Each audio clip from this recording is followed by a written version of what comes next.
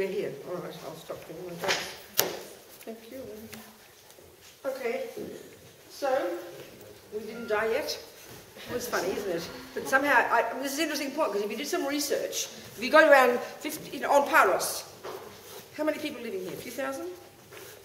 Isn't it? A few thousand people on Paros? 18,000. How many? About 18,000. Okay, if you did a survey, you go around this morning knocking on doors with your clipboard. Did anybody die here last night who didn't expect to?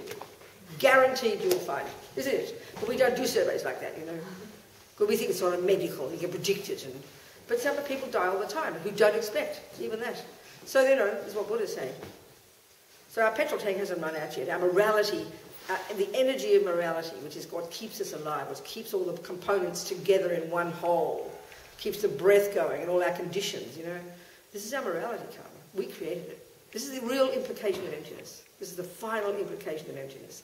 That things don't exist out there, including this life. It's we created it. We create things over eons of time, you know. So, for this reason, bliss out. How amazing. What a tragedy to waste all this hard work of mine.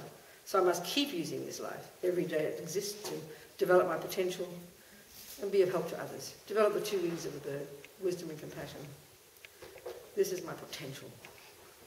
So for this reason we're sitting here together to listen, think, analyse, check up, you know, investigate, discuss, so that we can decide, or not, to take some tools from here. We're the boss, not Buddha. Sangye charang soke chognam la jang cho baru dagni kyab suchi dagi chönyen gipe sonam ki drola penche sangye dropa shog sangye charang soke chognam la jang cho baru dagni kyab suchi dagi chönyen gipe sonam ki drola penche sangye dropa shog Sangye chadang soke chognam la jan cho badu dagni kyab suchi dagi chanyen gipe sonam ki drola penchir sangye dropa sho. So somehow emptiness has been, I've been thinking about it all night, and I hope you have too. So the implications of it are what's tasty. We can hear the implications of it. Sometimes it's hard when we hear the intellectual words, kind of go, what are you talking about, you know? But we can recognise the implications of it. So first of all, one of the first things we often hear in the Buddhist literature, you read the words, we all possess Buddha nature. And of course, we don't talk like that, so we can make all sorts of ridiculous stories up about what we think it means, you know? But it's because they talk this, it's a different way of talking. So it's important we kind of hear it and then use words that we say that trigger up for us the meaning, you know.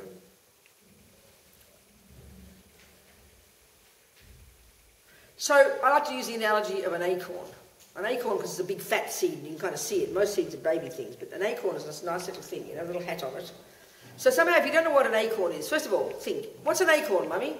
Well, darling, that's a seed, and if you put it in the ground, it'll become like that beautiful oak tree over there. Well, first of all, because you know nothing about botany, you think she's lying, like another fairy story, you know, what are you talking about? Don't be ridiculous, how can that become this? But we know now, because we know botany, you put a seed in the ground, bit of time, bit of water, bit of sun, it'll turn into that. We know, we get this. So then the point I'm getting at here is this. You could say, could you not, using Buddha's words, that by definition, in its very existence, what it actually is in its bones. It could be used as food. Squirrels use it for breakfast. It could be used as a weapon. It could be used as jewellery. It's not wrong. But what it actually is in its nature, in its essence, in its being, what it is in its very existence, is a potential oak tree. So you could say all acorns possess oak tree nature. All acorns possess oak tree nature. It's just how they talk. When we get that, then that's what Buddha's saying about all minds, all consciousnesses, all mind possessors, all sentient beings, all beings in all the realms of existence since beginningless time. By definition, what a mind is a potential Buddha. So in other words, every mind possesses the innate potential to be perfected. This is what Buddha's saying, you know.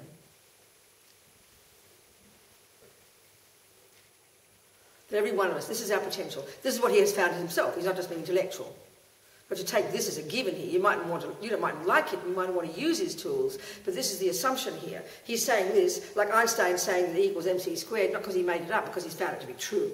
Otherwise he's cheating and lying. How wicked. Chuck him out the door. But don't just believe him, check him out. Same with Buddha. He's saying, this is the potential of all beings. We have this unbelievable, insane, over-the-top, incredible potential for the mind to be completely perfected in goodness and rid of the rubbish. It's a simple way of putting it. We can't conceive of this because it's like we think of ourselves as acorns. Best way to say it. And that is the materialist view. We see an acorn, we see a human being with faults and misery and depression and low self-esteem and anxiety and and instinct for survival and all these things that we see with our eyes. We see this. And it's true, they're there. But we make the mistake of assuming that's who we really are. In other words, you see an acorn and you think, great, that's an acorn. You make lovely houses out of acorns, you polish up the acorns and become the best acorn and change the hats, and you don't realise it's got potential to become an oak tree. You define it in terms of its acornness. That's what we're doing. This is what Buddha's saying, is because our minds are so limited, we can't see our own potential, we identify with the status quo. This is a result of ignorance, which is the opposite to seeing, having the wisdom that realises things are impermanent, things can change, things are empty, have no inherent nature. So in other words, we see an acorn as an absolute. An acorn is what it is. Don't be ridiculous. It hasn't got potential. It is just that. So we all identify with being this little person right now, a little miserable me, Trying to make the best little miserable me, polish us up, get out the wrinkles, make us pretty, change the hair, put colours in, become the nicest acorn until we drop dead. Buddha says, how sad. You're more than that, baby. Way infinitely more. And the potential for who you are is right there inside you. It's not out there that you've got to find. It's in here right now. You've got to grow it. So sometimes people talk about how, we're all really Buddhas now. We just have to, we just have to recognise we are a Buddha already. Well, that's very tasty to say that, because we're so used to thinking we're just acorns. It's very powerful to recognise you've got this marvellous potential. It's almost as if it's there, you can taste it. But to say that you are already a Buddha is like a joke. It's like saying an acorn's already an oak tree. Well, try getting shade from it. You'll be disappointed. It's stupid to say it's already an acorn, an oak tree. But it's tasty because it encourages us to identify with our perfection, our goodness, our qualities. And this is the essence of the most advanced teaching, so-called Tantra or Vajrayana, which we'll talk about. This is the most sublime approach that all the other teachings lead us to. They're the most advanced psychological approach, And it's completely based on the understanding that there's no inherent this or that. This is why it's a great statement our mothers told us. It's not set in stone. That's so powerful, the meaning of that, Right now we think everything is. I'm set in stone, it's set in stone, it's good, it's bad, you're this, you're that, and we live in fear and terror because of it. Everything's frozen in space.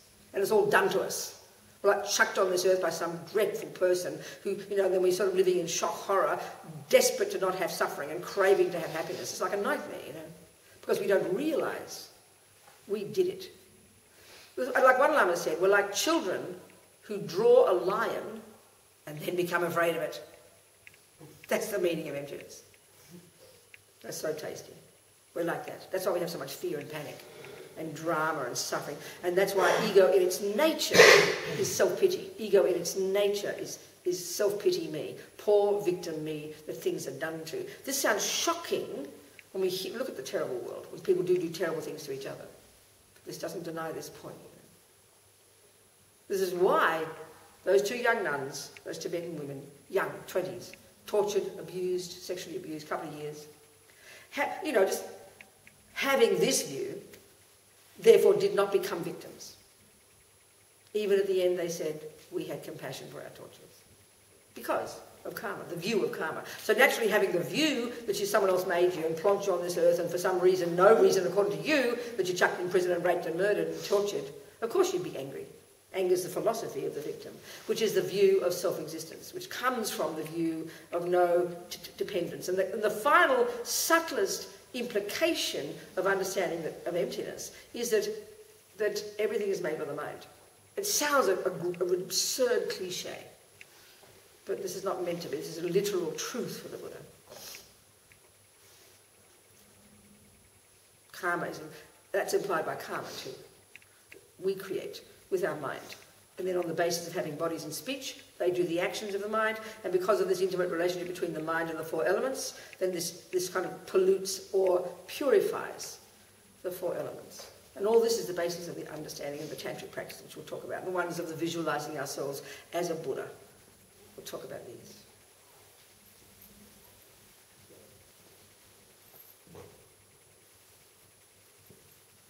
So this is all the wisdom wing, getting the nuts and bolts of how things exist. Understanding karma, understanding the mind, or how we cause, how this, how that, how blah, blah, blah, emptiness, all that's the wisdom wing. The compassion wing, which we've touched on, we'll say more now. This is finally what you do with having done this. Like the wisdom wing really is preparation. You put yourself together, now you're ready to really help others. Because we all live in this world together. And one of the implications of realising emptiness is already, radically, you've cut down the sense of a separate poor self-pity me. You have this infinite connectedness with others. Because literally, this is where it seems so abstract again, when you finally become an enlightened being, there literally is no longer a sense of you and me, subject-object. Literally, there's not duality. There's many meanings to duality, but the ultimate one in the Buddhist view. It's like your consciousness becomes as big as the universe, identifies with every being. I mean, it's insane sounding in our ordinary world, but this is literally the consequence. So therefore, naturally, infinite compassion, infinite empathy with others, based on both wisdom and compassion, the two together. A bird needs two wings. So in all of these, the Tibetan, there's Buddhism all over the world, we can see that. And there's different styles of Buddhism. There's two main kind of tracks of Buddhism over the centuries that have cultivated from the Buddha. So the Buddhism we know of, say, in Burma, Thailand, this is known as Theravada Buddhism, or Hinayana. Okay, there's two words in Sanskrit referring to the two main tracks. One is called Hinayana, or lesser vehicle, and one is called Mahayana, or greater vehicle. Just the terms they cultivated over the centuries. These Sanskrit words. So simply speaking, the Hinayana, which is the ones in Thailand, Burma, that goes up to, that's the wisdom wing. Just the wisdom wing. It doesn't include the one called the Bodhisattva path. Bodhisattva, awakening person, coming from the word Buddha, which is the wing of the compassion. Doesn't mean they don't have compassion, but just this extra level of growth of compassion in the compassion wing. But basically, if you just do, if I take the packaging, the Tibetans, since about the 11th century, there's this one person who's famous among in their lineages of masters and yogis and things. It's called Atisha, and he came from India. He spent years in Indonesia with because a lot of Mahayana, Tantric Buddhism there then. And then he came to Tibet and spent the last 17 years of his life there, 11th century or something. Always get confused about the history. So he could see that Buddhism had been in Tibet for a couple of centuries. They kind of lost the plot a bit, he felt. So he wrote this, he wrote this little text, which is really all he did was he constructed a course. So I know that sometimes some spiritual, what's the name of that course? I think you mentioned it. I forget your name. I don't even know your name. No, you never asked me. I never asked you. What's your name? Donny. I have to ask you again. Donny, D-O-N-Y. D-O-N-Y. Yeah. Donny, okay. So Donny, what's that course you mentioned? There's a course did you mention the Course in Miracles? No, you didn't mention that one, did you? No, I didn't mention that one, but I know it's a very good course. Yeah. So what I'm saying here is, when we hear about like a Course in Miracles, sounds kind of wonderful. I love that. It's really wonderful because most people think of spiritual as somehow mystical in the sky, and to say that you're going to do a course on how to get enlightened sounds like absurd, because we think spiritual is kind of all mystical and beyond courses. But and this is one of the points I'm trying to stress here. Any system that you try to learn, you know very well, you've got to use your head first. You've got to listen to the theories, the most simple theories. Cooking, you can't just go mystically to a fridge and take out things and cross your fingers or sort of close your eyes and hope that Julia Child will kind of channel through you and make a delicious cake. You don't just go at the piano and put your fingers and hope that Bach will come along and channel and make you play music. It's a bit mystical. You learn. You squeeze your brain, you learn the theories, and then slowly you externalize the theories and eventually become practice. Everything we've ever learned in our lives is like this. We're super intelligent at this in our world. We truly appreciate it. When it comes to spiritual, we lose all common sense, So somehow Atisha, what he did was, he got all the main points of Buddha's metaphysics, psychology, meditation, philosophy, you name it, and put it into a nice structured course. So like any course, you know, you start with early stuff and everything is structured to lead you to the end stuff. It's just like every course is like that. So grade 1, grade 2, then you graduate, you know. So in this Tibetan packaging, they call it lam rim.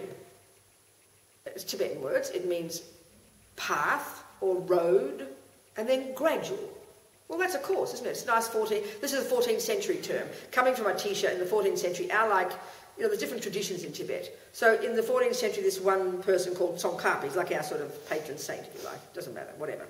He used the teachings and then he called what he structured, all the commentaries on the teachings, he called it the lam rim. Well, use the word course. Gradual path, we don't talk like that. You know, we don't talk like that, but we say a course, and instantly we say the word course, we get it. We get the meaning. It's gradual, step by step. So, you know, when I went to school, it was called junior school, high school, university, and then postgraduate. Well, that structure works perfectly. In the lam rim, they call it, this nice medieval phrase, the teachings appropriate to those of the lower capability. Well, I'd rather say junior school, please. Quicker. Then you've got the ones called the middle capability, and then you have the greatest capability. It's very nice words, it's very tasty, but we can mystify it. So I like calling it junior school, high school, university. Then there's postgraduate. Well, everything we've talked about so far is fitting into this structure. Whenever we talk about the body and speech, controlling your behaviour, stopping harming others, purifying your negative karma, which I want to talk about a bit more today, that's junior school. That's abiding by the laws of karma. Back off, leave sentient beings alone. Harness your own energy so you don't harm others for your sake, so you don't sow more negative seeds. And pull out the seeds you've already planted. You can die with a happy mind if you live a life like that, and we're not even beginning to talk about meditation yet. That's high school.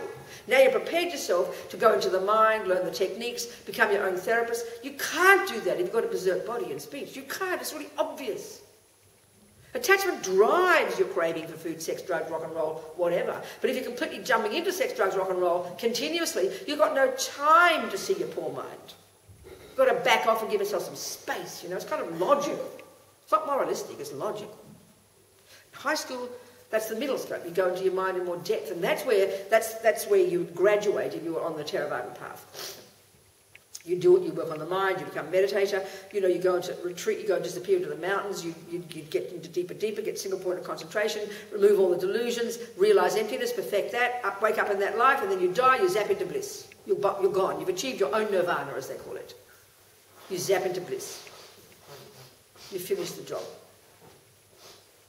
If you're on the Mahayana path, you want to go to university, you've got to go through junior school and high school. But even if you do realise emptiness and perfect it and achieve certain stages of your own liberation that demand that you don't need to be reborn because you've cut the motor, but you will be reborn out of your incredible compassion. That's the component of compassion wing.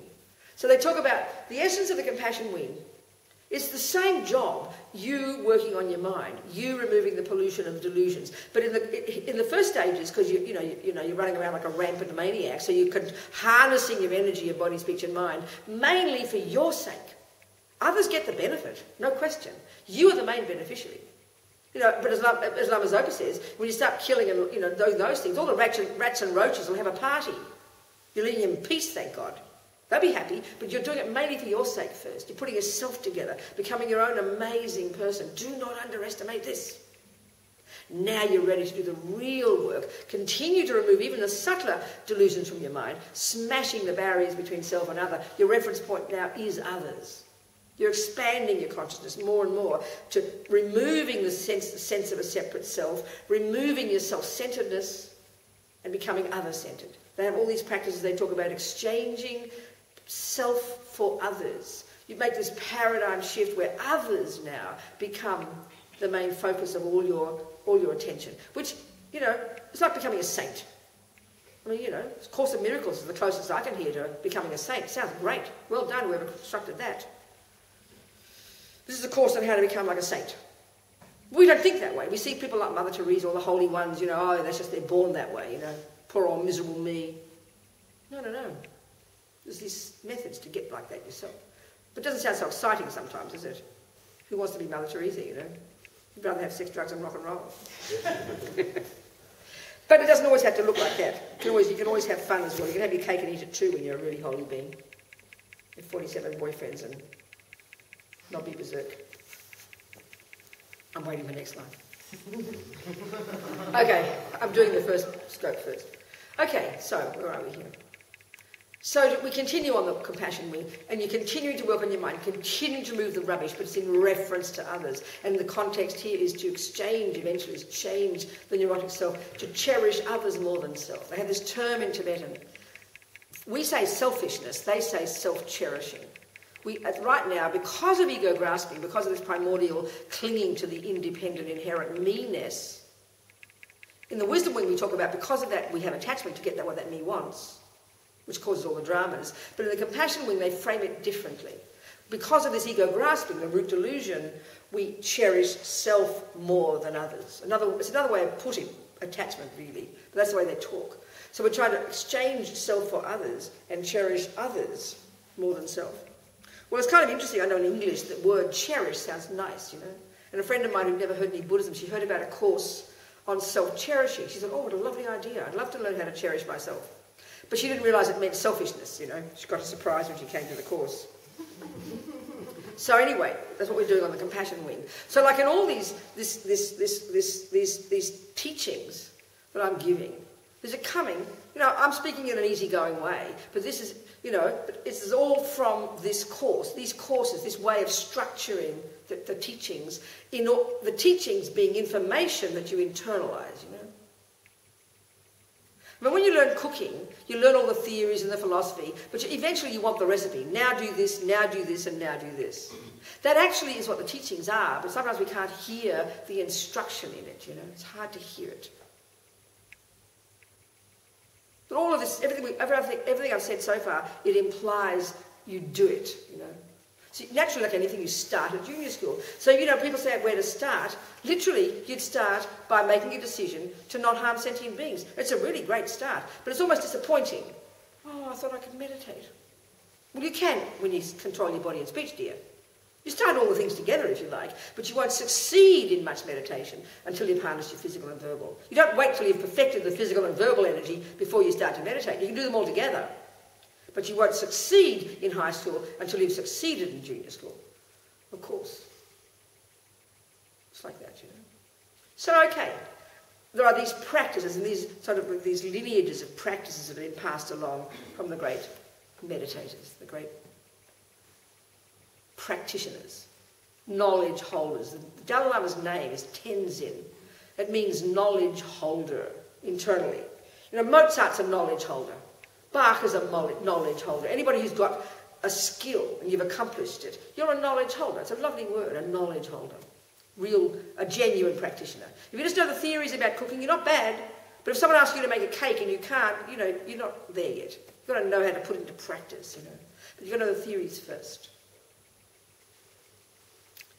So there's all these series of techniques that they use. There's one packaging of techniques that they use to help us cultivate incredible levels of love and compassion. They're like the essence, and even the essence is compassion. That's why they talk about the compassion wing.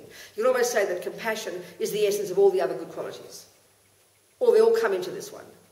But they've obviously got their own status. You know, patience is a particular quality. Love is a particular quality. Compassion is a particular quality. Generosity is a particular quality. But it's all essentialized in the word compassion, the compassion wing. So the bodhisattva path, the compassion wing, the practices where we're learning to cultivate to become a Buddha. Not just achieve your own liberation, not just achieve your own nirvana. You continue on to also want to become a Buddha, who's a being, the word, who's a being who's accomplished both wings, who now has this infinite wisdom that sees things as they are, sees the minds of others, has infinite compassion and an effortless power to continue to be reborn as long as needed in many different forms, in many universes to better the sentient beings. This is how they say it. Driven by compassion. So wisdom is the thing that enables you to get the realizations, but without compassion, it won't work. So you can't just have compassion, it's not enough, and you can't just have wisdom, it's not enough. You've got to have both. They feed each other, you know.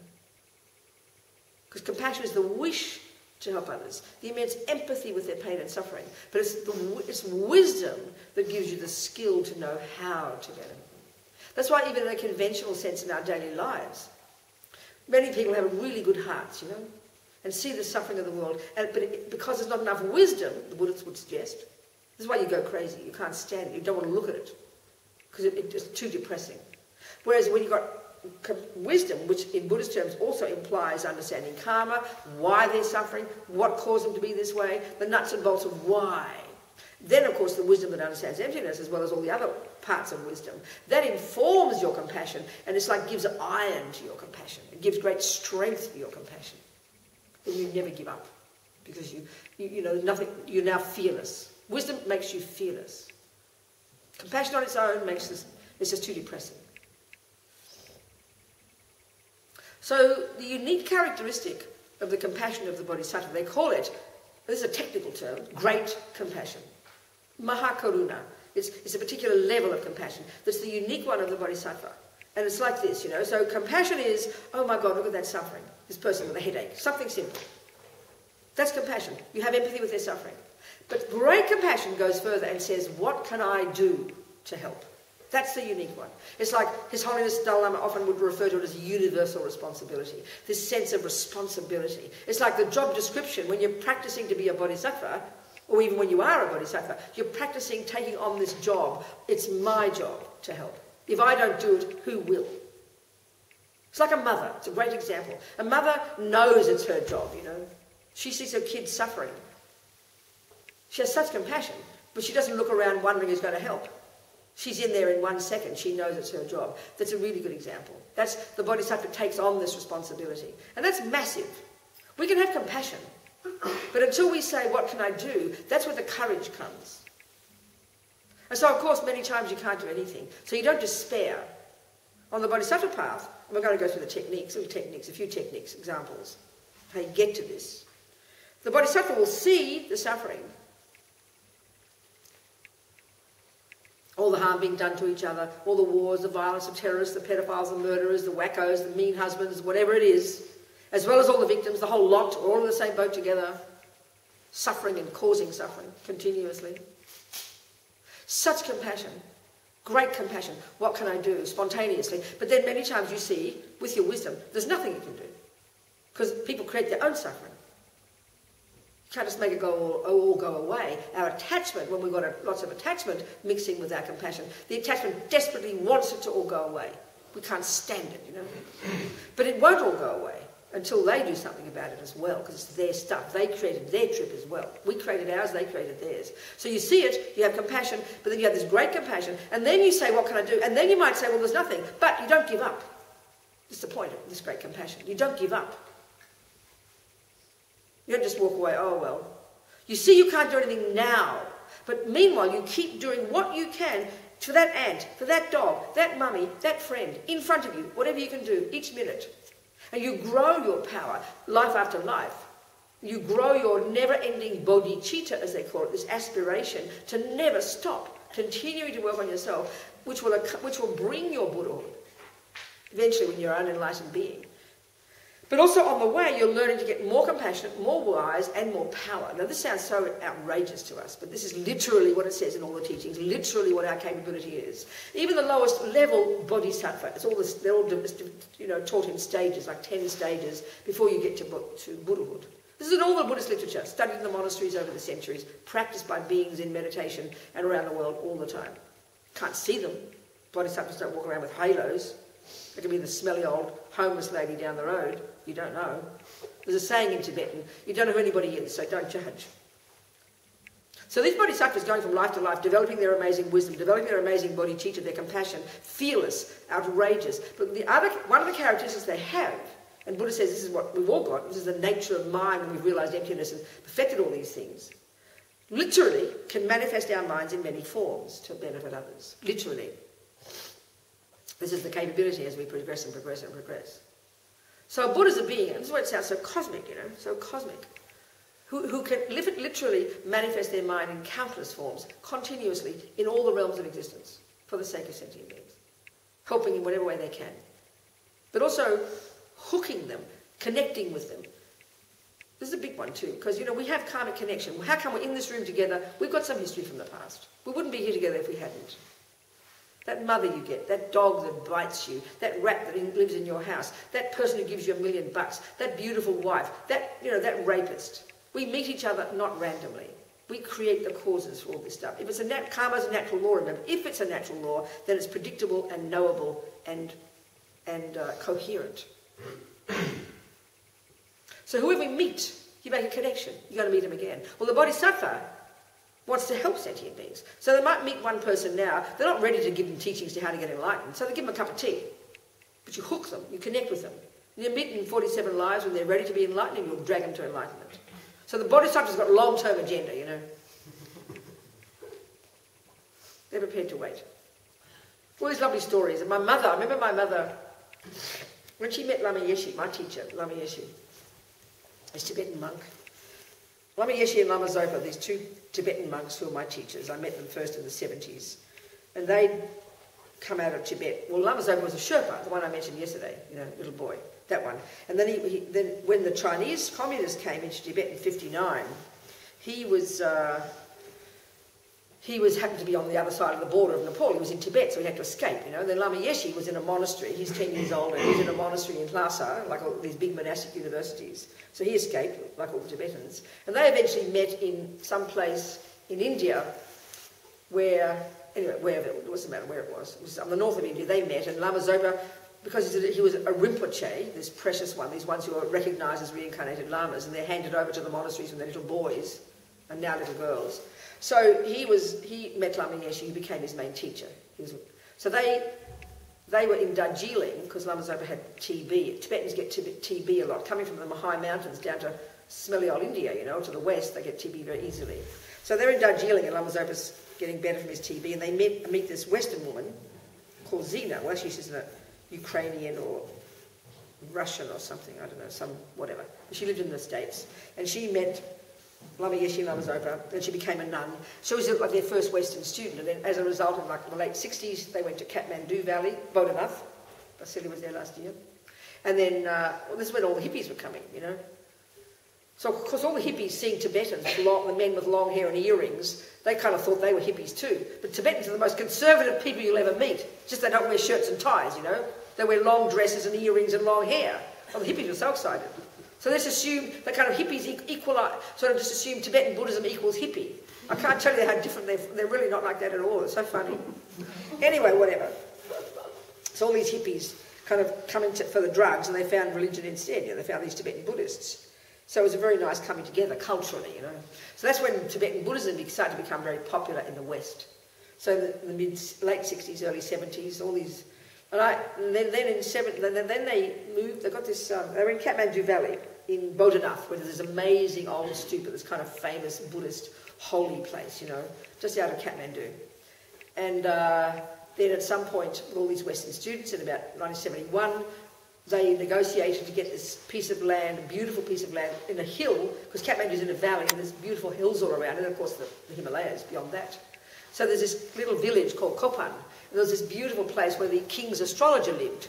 And so they bought this piece of land from him, up on a hill, and that's where they began their monastery, and so that's where it is now. There's like 350 monks there studying full-time, and just down the hill there's a big nunnery of 350 nuns studying full-time, meditating full-time. And that's also, since the early 70s, has been a place for courses for foreigners, starting with Westerners, but now people all over the world. All year there are courses there, so it's this dual facility. So that's where the Lama Yeshe and Lama Zopa began to meet Western students, and now there's like about 150, 60 centres around the world. This is what I've been part of. I met them in Australia. So why was I telling you this story?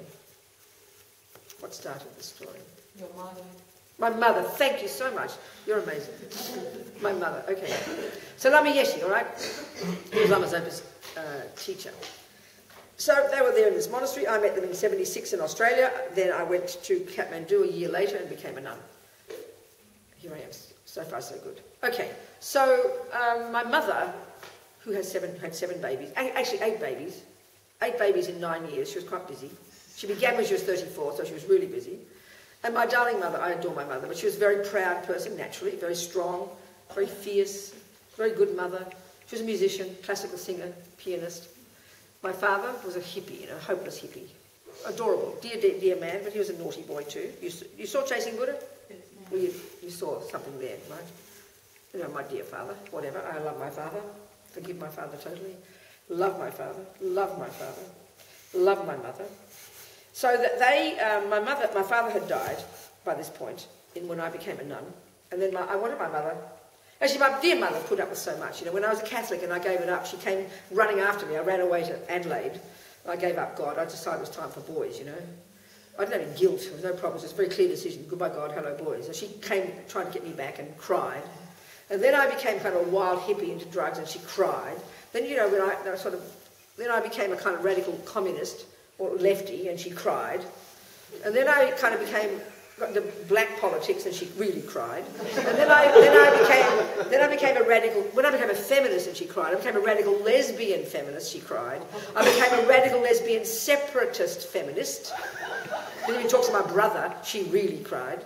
But then I became a Buddhist. And she completely exhausted cried. You know? But every time she gave it, next day she's on the phone to me as if nothing had happened. She was amazing, my mother, so flexible, you know. All of my sisters would say they couldn't believe how she was with me because they were trying so hard to be good girls.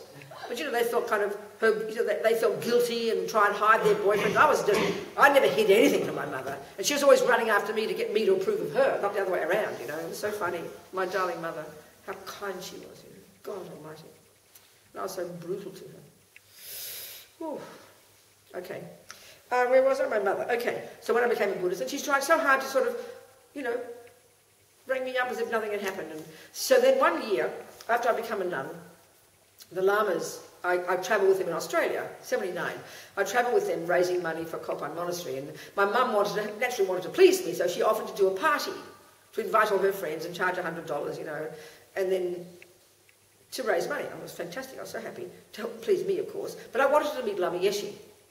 So she'd seen them, I think, one time before. And Lama Zopa, who appeared very humble, because Lama Yeshe's his guru, so he's always very humble in front of Lama Yeshe. But Lama Yeshe was kind of unusual and looked very worldly and funny and cracking jokes. And he made her nervous, you know. Somehow, he kind of made her nervous. But I wanted to meet him. So they had a meeting. I got up to the house where I was. Yeah, so in Melbourne, and met Lama. Well, I wasn't there. Now, my mother never talked about herself. People always came to her. She taught music, and she had all these students, all these dramas and things. Everybody went to my mother. She was wonderful, so kind, but she never talked about her own problems. But she kind of poured it all out to Lama. He was very powerful. He was very charismatic. So she couldn't help herself. And I knew she felt very vulnerable from doing this, you know. And then at some point in the meeting, because she came out of the meeting, I remember her heart was really touched, but she was angry at him. She said he kept looking at the television while I was talking. So he disturbed her heart, you know, he disturbed her pride somehow. And a friend of mine, who's an old student of Lama Yeshe also, but we went to school together actually, the convent. We've met since then. And her and my mum were friends. They'd sit and drink sherry and gossip together, you know. And she'd always say to my friend Adele, oh, that Yeshe, you know, that Yeshe. She didn't mind that Zopa. The Zopa's kind of humble. She could handle him with that Yeshe. So anyway, I was thinking, oh God, she's criticising the Buddha, blah, blah, blah, you know, this kind of thing.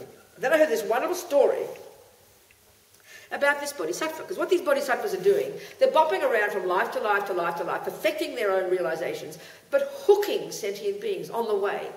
Hooking sentient beings. So the way, I'll go back, but the way, you know, we can think of the Dalai Lama, for example. Really famous, wonderful person. Think of the Dalai Lama. All the Tibetans say he is a Buddha. Now I haven't got a clue. You can't tell who a Buddha is because, you know, you don't need a body when you're a Buddha. You take a body on purpose, like God, like the Christian teachings. Jesus, it's a similar example. God made man, they said. God manifesting in the human body. This is the idea of the bodhisattvas. The Buddhists don't need a body, but out of compassion, they take bodies, they choose bodies, and they bop around benefiting people, you know. So if we think of the Dalai Lama, you know, I'd probably say millions of people on this earth know his name and like him. All the Chinese communists hate him equally. So millions know him.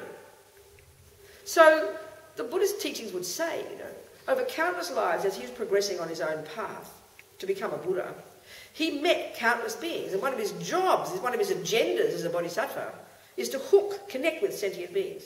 Because if you don't connect with people, you won't meet, when you do meet them, you won't recognise them. So you want them to recognise you, so you can grab them and lead them to enlightenment, you know. So, or to help them in whatever way they need. So my mother, you know, okay, so this story I heard this bodhisattva bopping along in this village. No one can see he's a bodhisattva, you can't tell. And he's connecting with each person in the village. But one old lady didn't notice him. And he didn't want to leave her behind, because if you don't connect, you know, he can't leave her behind. He wants to lead her to enlightenment when she's ready. Could be 25 lives, it doesn't matter. So he noticed she had this beautiful garden. So he rode his horse through her garden, destroying it. Well, now she noticed him. Did she not? Shaking and yelling, shaking your fist, shouting and yelling. And he was so happy. At last he got her. Now, if you'd been there, you wouldn't have been so impressed. This rude man beating up this lady's garden, but he had his agenda. And you've got to take the view, if he is a bodhisattva at whatever level, he's realised emptiness. There's no ego, there's no delusions. His motivation is completely pure. It's only to benefit her. This is like the example of tough love, you know, genuine tough love for the sake of the other. It doesn't look like that. You've got to, you know, this is kind of intense, really. He was so pleased. So when the Lama who told the story, he said, when it comes to meeting bodhisattvas, it's better to have bad karma with them than to have none. Do you understand? So my mum met Lama Yeshe. So the way it kind of works is, my sense is, if she had dominated that meeting, which she normally would have, she'd be the one asking the questions, he'd be talking to her about his problems. Well, it wasn't like that with Lama Yeshe. He didn't have problems, you know. So he's smiling there, beaming along, and of course opening her up without her realising it, because he's a very powerful, marvellous, holy being. So that made her vulnerable, because she poured out all her feelings about me. Because that's, you know, this was the one, he knows me, and we had this very intense relationship, pouring out all her problems about me, you know. So it made her so vulnerable. Well, my sense is, because of that, her heart was kind of attacked a bit. He got her. You see what I'm saying? He got her, you know. If she'd run the meeting, and she wouldn't remember him even. But when your ego's disturbed, you won't forget. Do you see what I'm saying? Yeah. Anyway, he got her, you know, my dear mum. And it's interesting, the day that she died was in Brisbane, and he'd just arrived that day to our centre, 50 miles away. And my sister rang me. She died in the middle of the night. Whenever she died, my older sister, who she died with. Well, I've got 5 other sisters down in Melbourne, and another brother, but she rings me first. I'm in England, you know. And she said, what'll I do? Mummy's dead. And I said, say on money, pet me hook in her ear. Oh, what? She said. Oh, what? So she wrote it down. Then she's shouting on money, pet me hook in my mother's ear. Anyway, I immediately rang Mama Yeshe, who just arrived, and Lama did prayers for my mother, and said, my nun and her mummy, they were very close, he said, and he did special prayers for my mummy, so hopefully he helped her through the bardo into a nice life. Anyway, bodhisattvas, I was talking about bodhisattvas, bodhicitta, bodhisattvas, long term, never stopping, life after life, hooking sentient beings, helping where they can, but perfecting themselves, going through their stages, getting more and more powerful, until eventually you become who you really are, which is a Buddha. Why hold back, you know? Then, as long as time exists, as long as sentient beings exist, as long as suffering exists, you keep bopping around, benefiting, according to their skills. I mean, the Buddha says our mind is endless anyway, you know. It's endless anyway, so why go around being miserable? Might as well make yourself nice and you have fun and be a Buddha and help others. No more misery. Sounds reasonable. Okay, so these techniques to help us achieve bodhicitta, these techniques that continue on into university. You know. The emphasis more now on others. Still working on your mind, but in reference to others. So there's this one little lineage of practices that have been around since, well, the 8th century, really, that have been carried on, practiced. You know, in the same way that we say appreciate in any kind of system of music, for example, like classical music, let's say, you can really see how my mother, for example, was a classical musician, studied for 7 years, whatever, became a singer and a pianist. So you can see is that system of music, there's an incredible respect, isn't there, to try to get the meaning of what Bach was doing. You don't just make it up every time. You know, you can really track back the purity of the lineage. That we really appreciate when it comes to any body of knowledge. Maths, music, even cooking. Anything. We appreciate the previous one. You get the knowledge from the previous one. You get the knowledge from the previous one. So there's this great respect for lineages. It's the same here in spiritual, you know. Why not? I mean, if you lose the lineage, if you lose the practice, then you've lost the plot. And I think it's maybe part of the sadness about our religions these days. You know, maybe we've lost the plot a bit. Maybe there are no longer any Tenzins, knowledge holders, who can pass on, you know. When the Tibetans came out of Tibet, 59, the main concern of all the great lamas knowledge holders was to get the monastery so they can carry on, passing on, because it's oral. Knowledge is oral. It's not just written down. It has to be oral. It has to be real in a mind, passed from mind to mind. Then it's a living lineage, a living tradition, you know. Like music. If suddenly there was a gap, complete gap in the world of anybody who played Mozart, then you could say Mozart's dead. It's a very powerful idea, actually, if you think about it. The people from now back to Mozart, unbroken chain of living Mozart players right back, carrying it on. I think that's amazing, and that's so powerful. It gives real power to some kind of knowledge. Whereas when it comes to spiritual, we tend to think, oh, I can make up my own trip any day I like. I'm allowed to be what I like. People have a vision, they write a bloody book about it. Excuse me. Bit rude. A bit arrogant, I would suggest. Oh, I'm allowed to. I can believe what I like, we'll say. It's terrible. So insulting, so arrogant, it's so rude, and it mystifies knowledge, you know. It's got to be real, coming from minds. So this is the thing here. So there's Tibetans. This is why the words, when I read even or hear the Tibetans give teachings, it's like they're in the 14th century still, in one sense. I don't mean they're backward. I mean they appreciate, they respect the words of their teacher.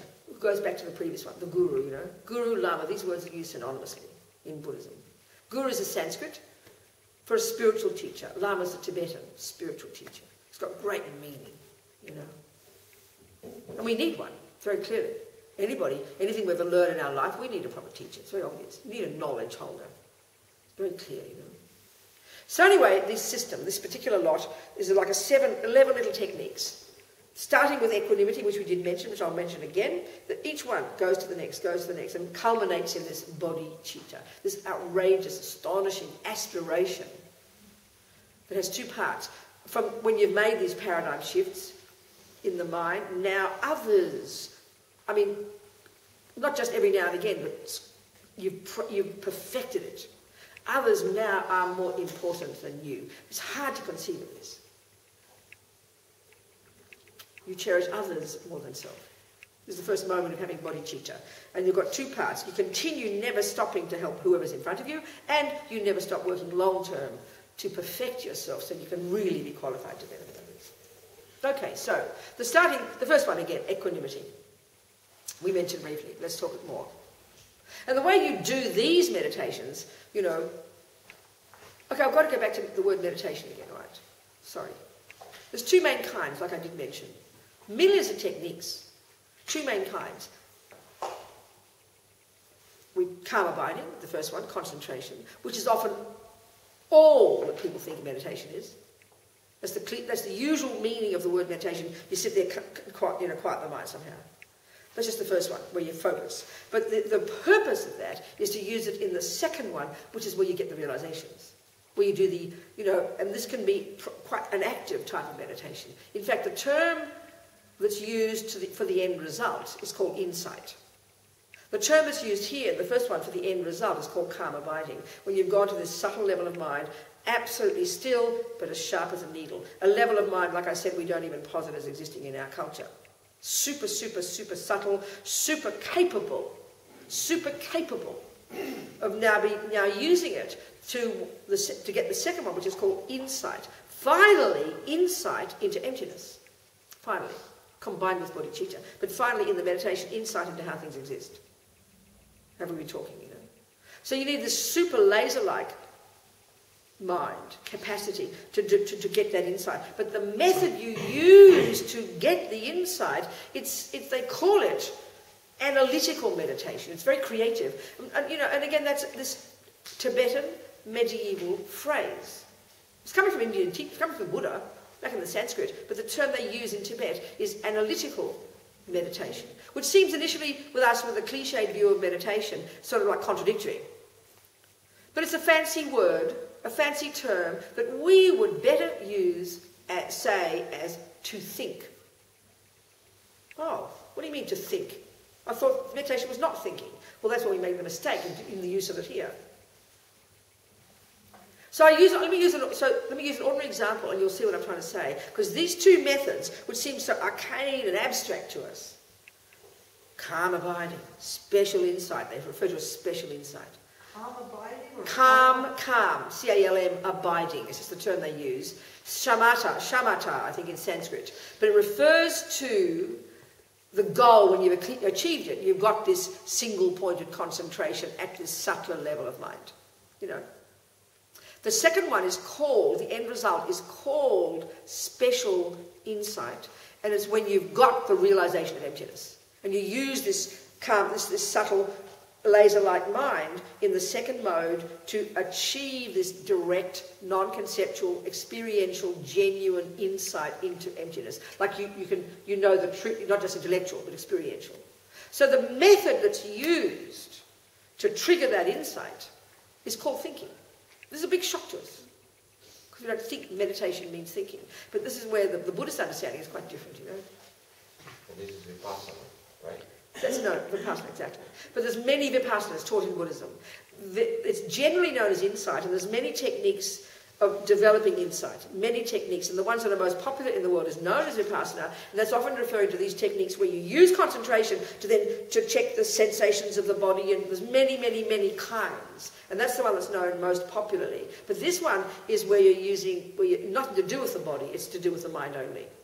You understand? It's using concentration to the extent that you have it. You go to the second mode, and then you do... let me explain, okay? And this is where it's a bit surprising, but I like to use this analogy to show you that actually this is a system that we use to learn anything. We just don't call it meditation. We don't call it special insight. We don't call it calm abiding.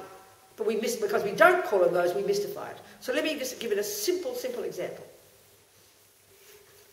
I'm a little girl, I'm at school, and Miss Holton, I went to a convent, most of them were nuns, but Miss Holton wasn't a nun. She wore bright red lipstick and had lovely perfume. I'll never forget her. She used to envelop me in her cloak. I always remember Miss Holton. I'm sure my mother hugged me, but I always remember Miss Holton's hugs. And her scarlet perfume, her scarlet lippy, and her perfume. I remember vividly, you know. I love Miss Holton. She must have hugged me once maybe, so I was a sucker, wasn't I? She got me. She hugged me once or something. You understand? Anyway, Miss Holton taught me that 1 + 1 is 2. Now, this is a big deal when you're 4 or 5. Oh, wow. Big piece of information. Never heard this before. So she gave me the system, she gave me the method, she gave me the thoughts, and she gave me the words. Then she said to me, if she was a Buddhist, if she was a normal teacher, she said, Robina, go home and do your homework. But if she was a Buddhist, she would have said, and I'm purposely saying it like this, go home, Robina, please sit down, close your door, get a bit of quiet, settle down, do your single point of concentration, get some focus, and then I want you to go to the second mode of meditation, and I want you to get some insight into this. She would have said that. So what does she mean? Well, I'd have to get the knowledge, and this is really important. I would have to hear the words. I'd have to have it written down. I'd have to understand maths a little bit. I would have maybe learned my 10 times somethings. I would have learned 1 to 10 or something. But she would have given me this information, 1 + 1 = 2. So I go home with my piece of paper. I'd have to have the information. So before I can begin to think about it, which is the second mode, I'd have to think it through, wouldn't I? I would have to think it through. That's how you learn something. You think it through. And not just vaguely think. Wow, you know, like, oh, wow, 1 and 1 is 2. Wow, 1 and 1 is 2. Wow, wow, waiting for it to come. You've got to use your noggin. Think it through. And whether it's cooking, music, intellectual, anything, we do this. We have first the theories, you think it through, and then you get the realization. But first you've got to get some focus. Now, this is why I never did any homework. Because we had a chaotic family. My mummy had babies so quickly, she didn't have enough money. Because Daddy spent it on alcohol and playing snooker. So she was trying to teach music and get the money and then go to the printing business, as my dear father started to then do the printing business. And these 7 little things all running around. She sent us to the best Catholic convents. I think she still owes the bills, my darling mother.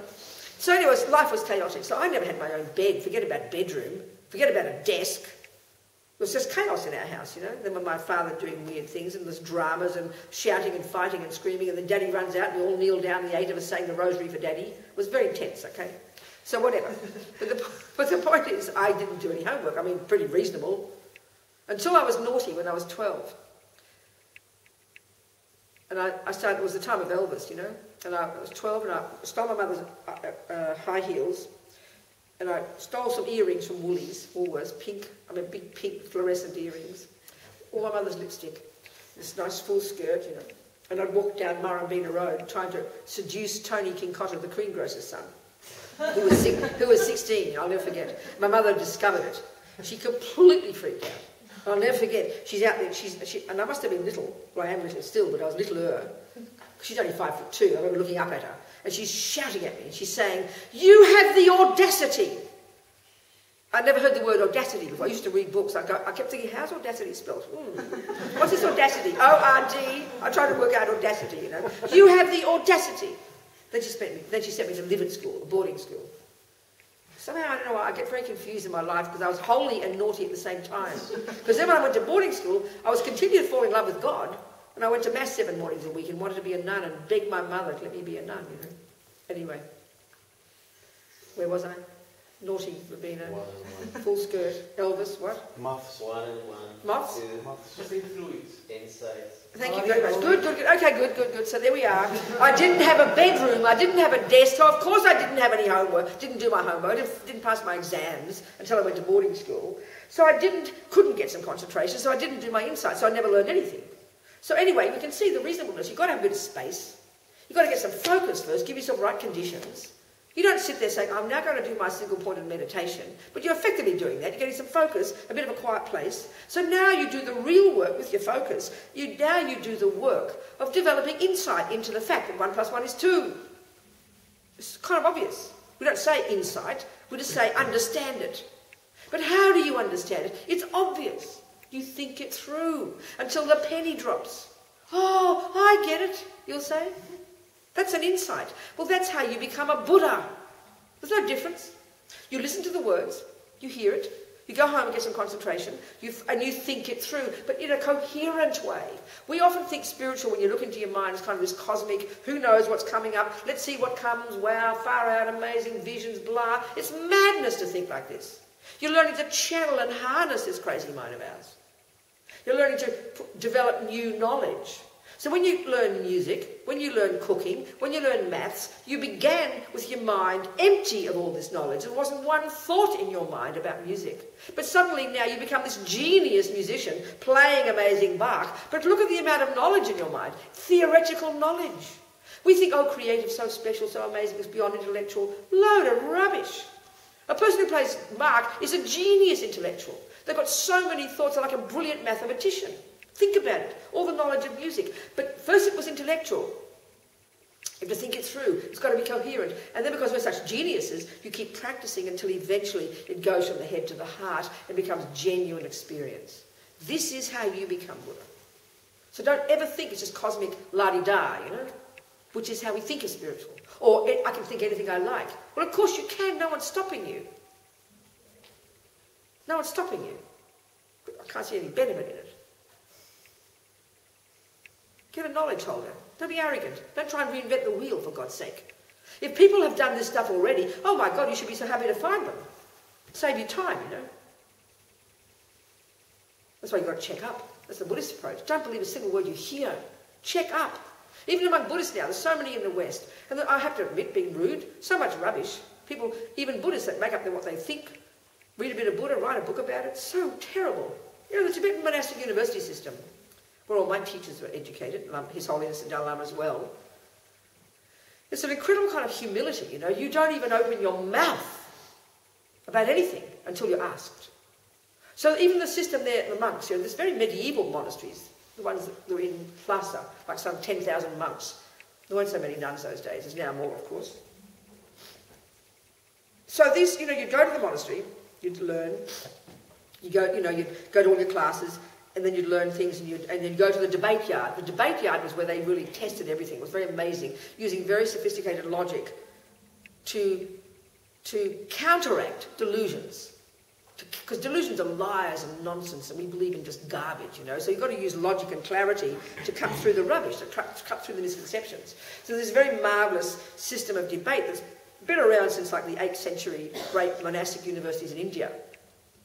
So if you're in this monastery, everybody, you know, the most excitement is on the debate yard. It's like their soccer, their karate, their everything. It's fierce and wonderful, you know. So you go to the debate yard, you start looking at this older monk over there, and you rather like him. You think, I like his mind, I like his debate style. Then you'd go to his room, and you'd prostrate 3 times, would you please teach me? That's how you become a teacher. Somebody asks you. You don't open your mouth unless you're asked. This is very, very powerful, actually, and very humble. The whole thing in Buddhism, to try and convert somebody is considered incredibly rude and stupid. You can bring a horse to water, you cannot make it drink. So the person who, we have to want it. Then you can ask, then the person can tell you. But to start going blah, blah, giving lectures, just doesn't work anyway. It's incredible arrogance, you know.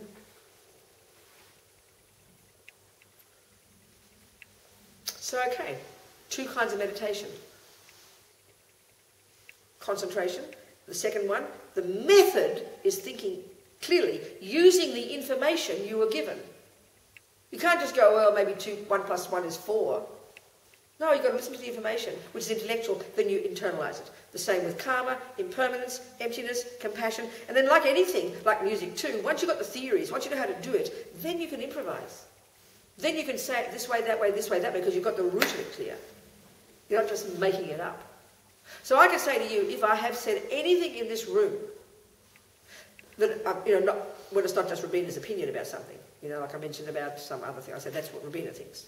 Every word I'm saying in this room is coming from the learning I've done, the experience, the teachings, my own teachings, from my lamas. If I've said anything in this room that's called Buddhism that isn't, then I'm really a fraud.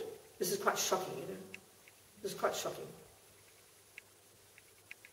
So it's really important that people who come to these places, who listen to teachers, you need to be confident that what you're hearing is valid. You need to be confident. Don't just believe what someone says. It's incredibly important.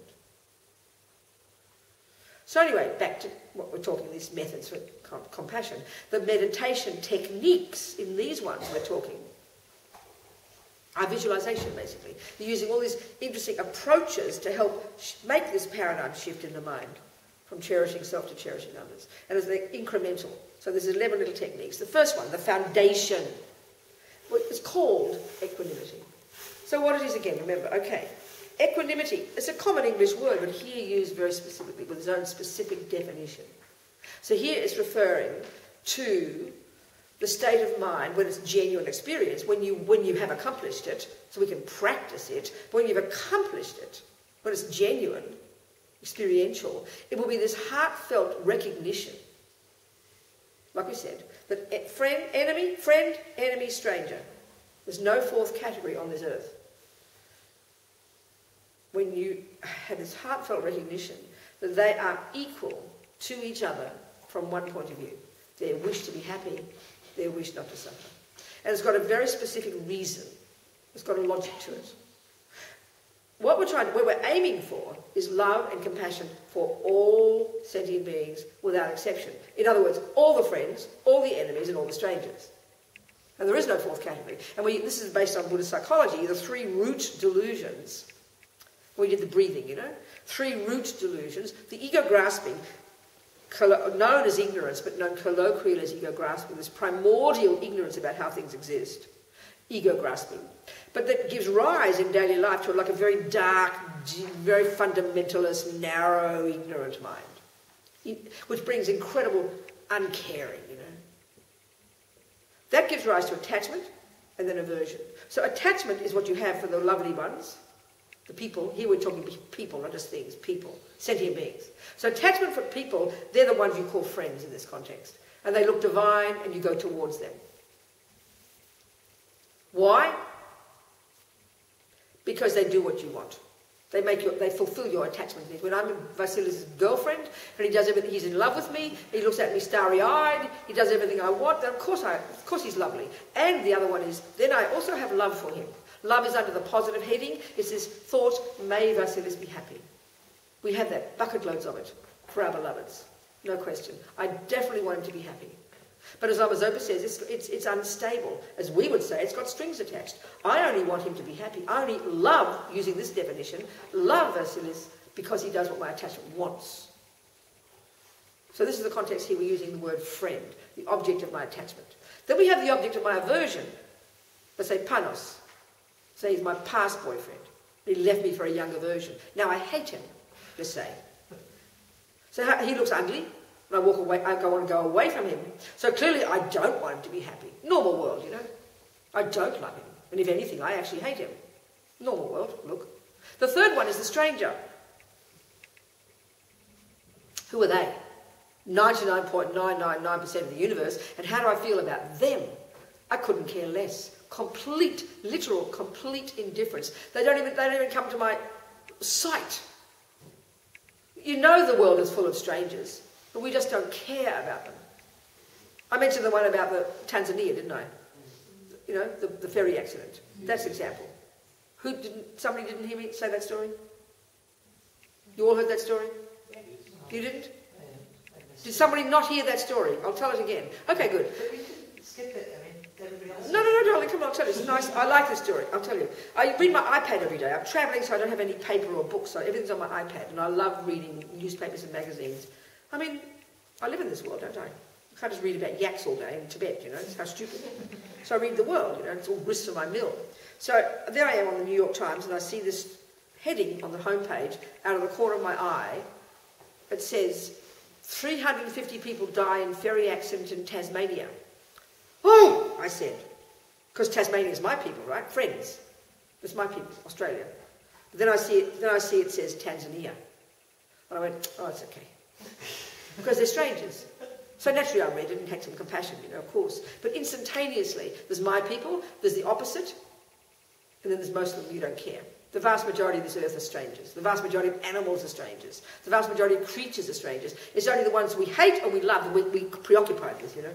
This is normal world. The world, everybody, every being, every species, every human, every animal, every dog, every insect works like this, which is why the Buddha's saying this view of the mind refers to all beings, not just humans. His model of the mind refers to all sentient beings, from the hells to the gods. All of samsaric beings, all functioning in relation to attachment, aversion, and ignorance.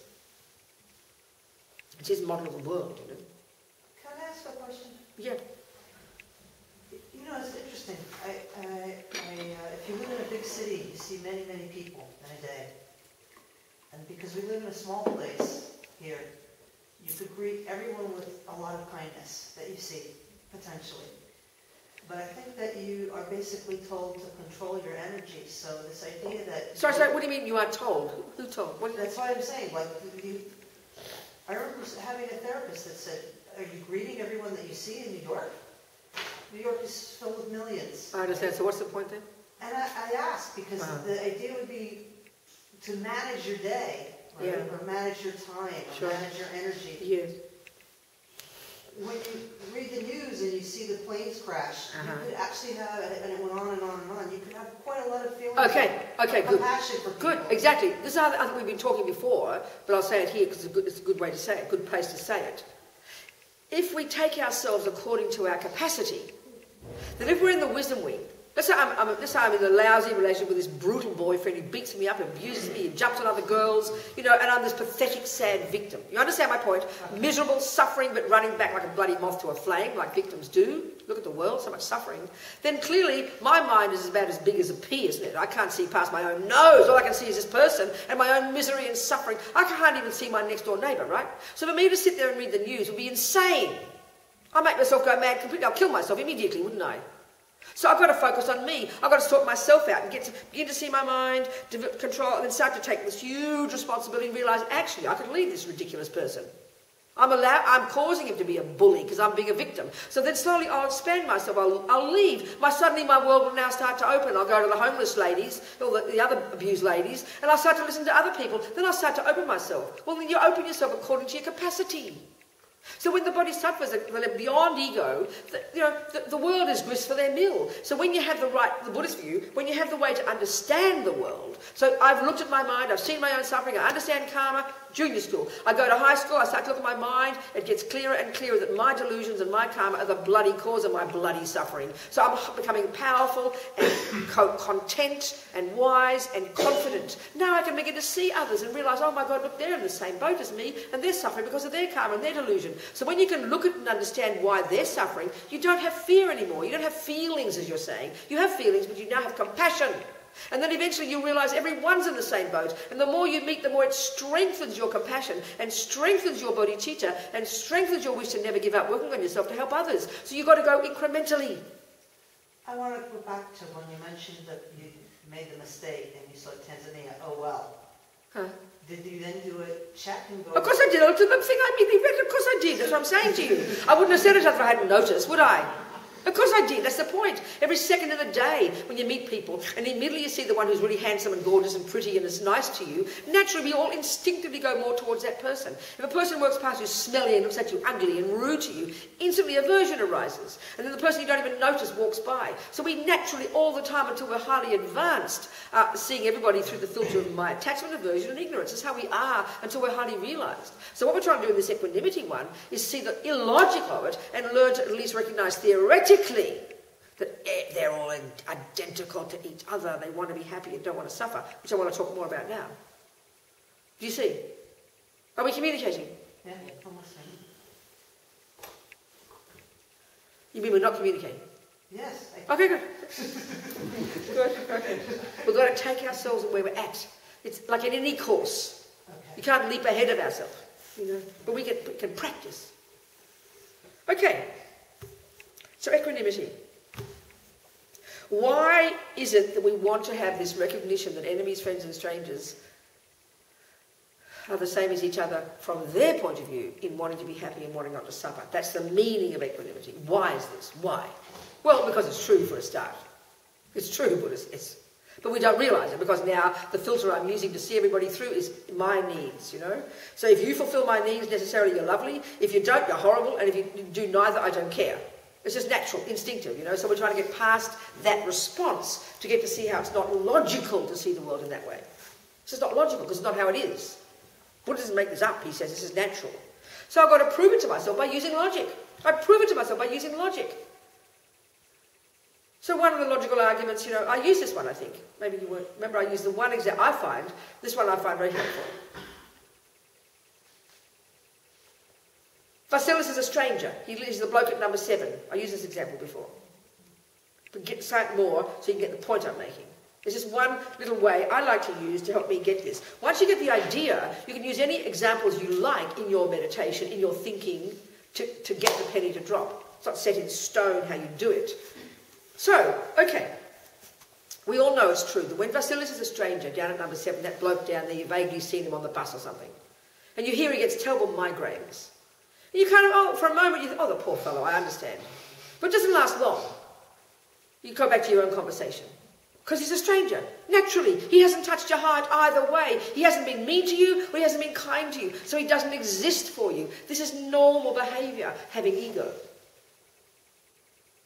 So then suddenly, we fall in love, and I move into number 7. Now look at the difference, in terms of me.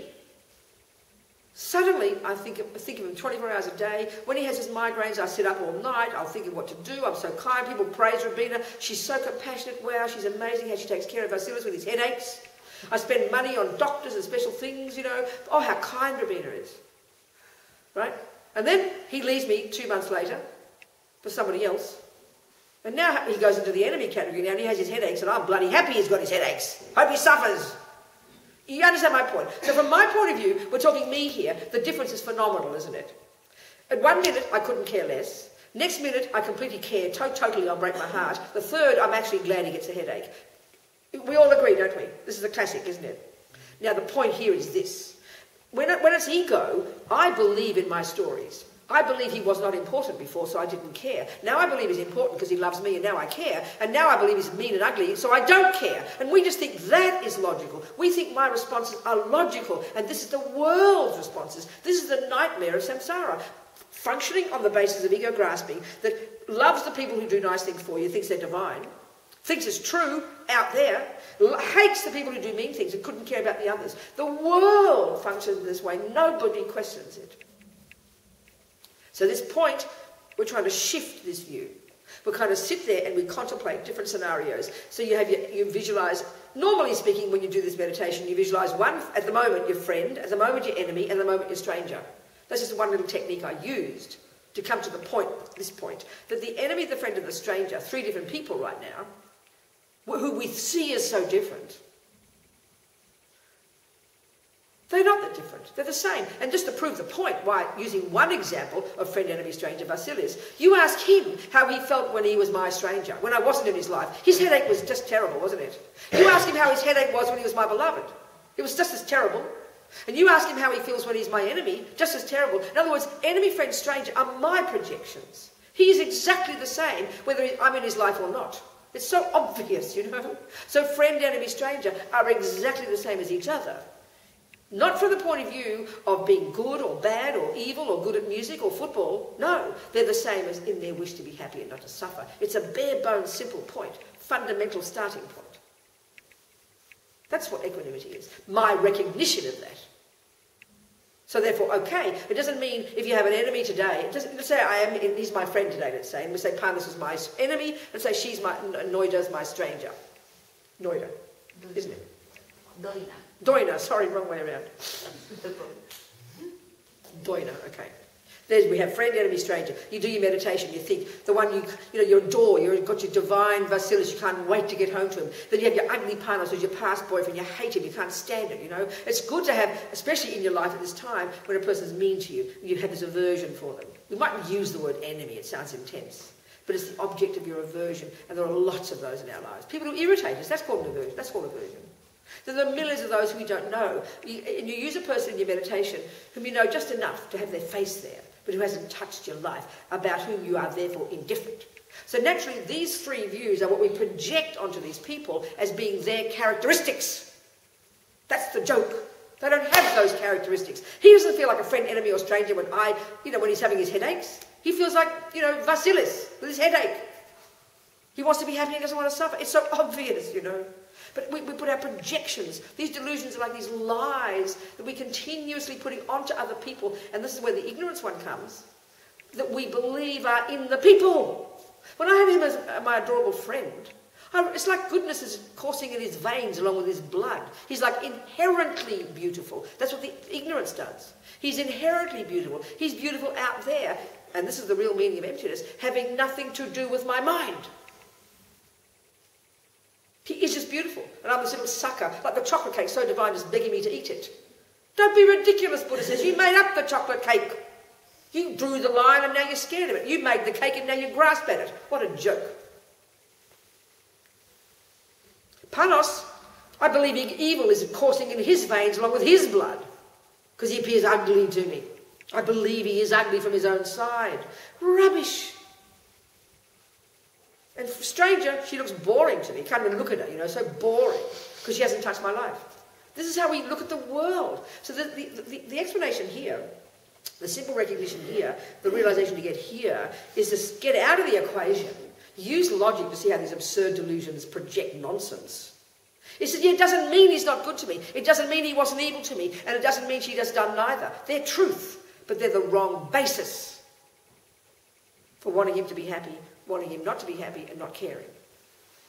So when you start to recognise that they, from their own side, put yourself in their shoes, our mother would say. Amazing. You're stepping out of it, getting yourself out of the picture. We see the entire world through the filter of our needs. It's beyond embarrassing if you think about it. But it's spontaneous because we've been doing it for eons, Buddha says. The monkeys do it, the ants do it, the snakes do it. So get yourself out of it and look at these three who appear so different to me as having the qualities I'm projecting, and realise they're just your delusions, and they, from their side, are the same as each other in their wish to be happy and not suffer. That's the one simple point to come to. And that equanimity is profound even, just that. Don't want them to be happy yet. That's love. That comes 4 steps later. This is the basis. So why do you want to change this to this basis? Because now we do have love. We do want people to be happy. But only those people, only the friends. And that's too narrow. We're trying to have love for everybody. And so in other words, the basis we use now for loving somebody is if they love me. But the basis we're trying to cultivate is, you want to love them, want them to be happy because they want to be happy. That's the reason. That's what real love is. You know yourself when your mother says, whatever makes you happy, darling, that's genuine love. Not what you do that makes me happy. And this is the point. Love is whatever makes you happy. Love is, may you be happy. May you be happy. May you be happy. whether I like it or not. So equanimity is the start. It's the foundation upon which you grow these things. And because it's all beings, there's no fourth category. Everybody in the universe is either a friend, an enemy, or a stranger. Think about it. It's kind of interesting. There's not another category. There's not another category. There can't be. There are those who do what you want, who you like, the countries, the people, the football teams. You know, in Australia now the football season's just started. The Australian rules football. Most people never heard of it. It's huge in Australia. And I barrack, as we say, I barrack for the Sydney Swans. So I just started, they had their first game, you know. So, I mean, the only reason, one of the papers in Melbourne, I can't stand it, I read it for the footy news. Footy. Australians shorten everything. So I'm all excited, you know, the Swans won, you know. Now, email my sister, she's a fanatic Swans barracker since she's 4 or something. Oh, I'm so excited, the Sydney Swans won, you know. I see the red and white, wow. Do you understand my point? Of course in my mind, I don't care all the others, it's just because that's your team, you know.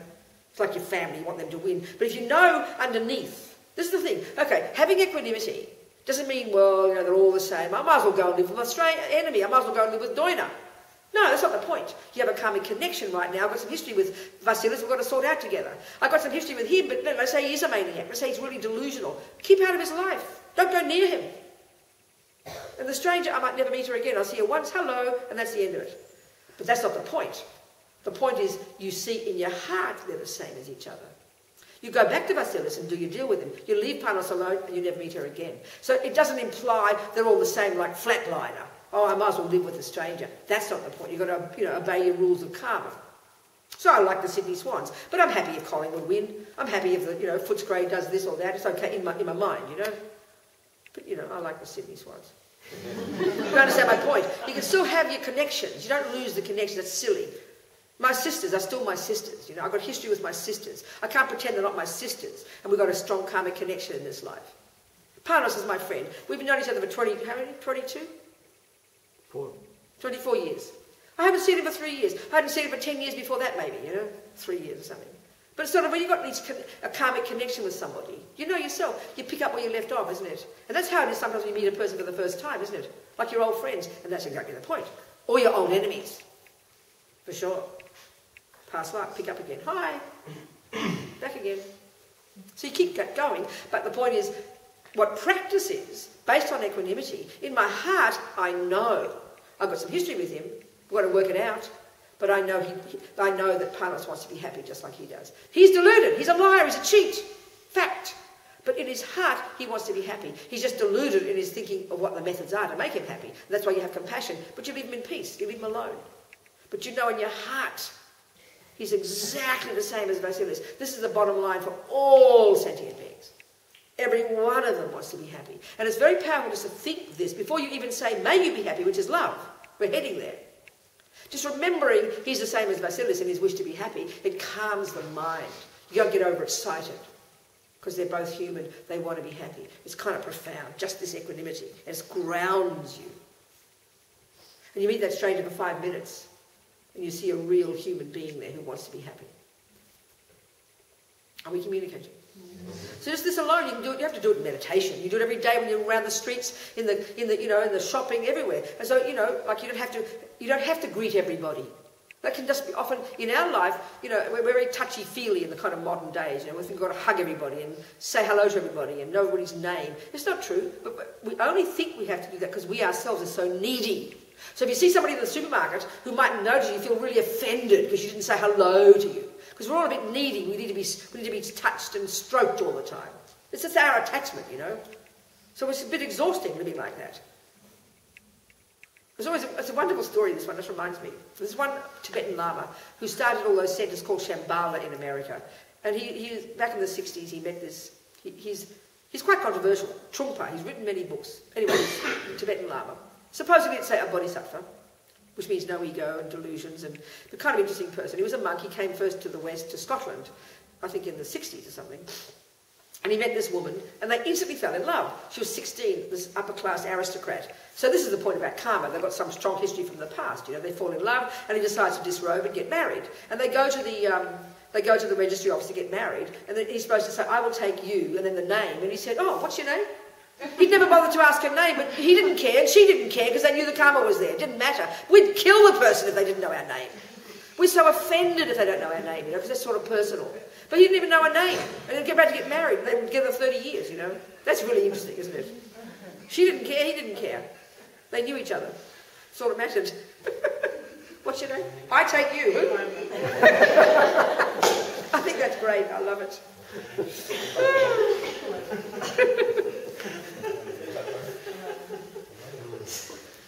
So, where are we here? Billy T again. Any questions about equanimity or about anything you like? Yes, Prem. I'm still confused regarding two words. Yes. And I've just forgotten. Oh, I'm sorry. This is confusion, okay.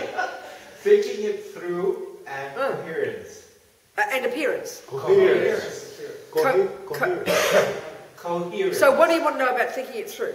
I don't understand the terms thinking it through. Oh, you don't? No, and coherence. Oh, forget coherence, it's different. Well, okay, maybe it's linked. So what do you mean, Prem? That'd be ridiculous. Have you ever studied... Prem,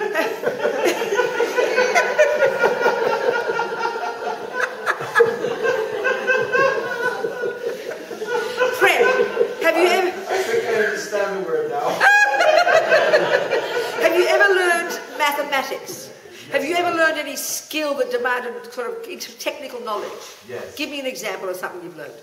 Well, in order to get to the multiplication tables, I first had to learn that 1 and 1 and 1 is 3. And you did all this, yeah. Yeah, and then I somehow had 3 apples on the table. That's right, precisely.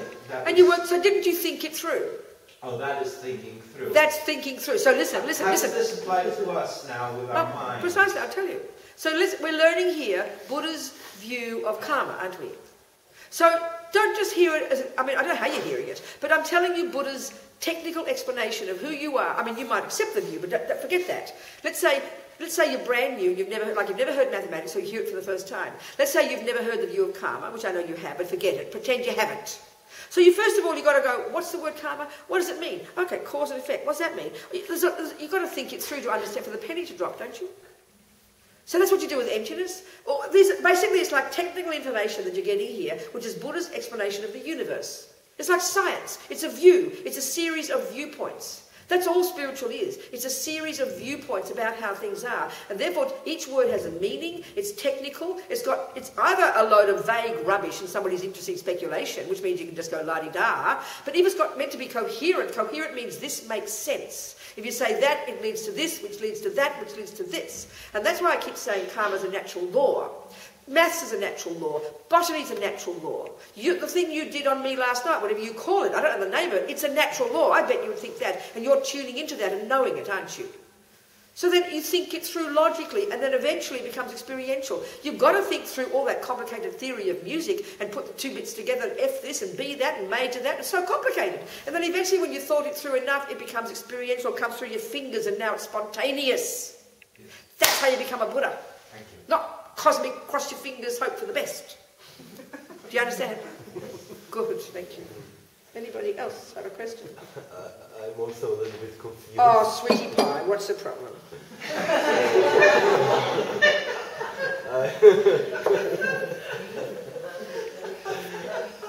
Yes. When you described Paros and Vasilis and yes. strangers in yes. the room, you actually described the actions that they took, which made you... Prem.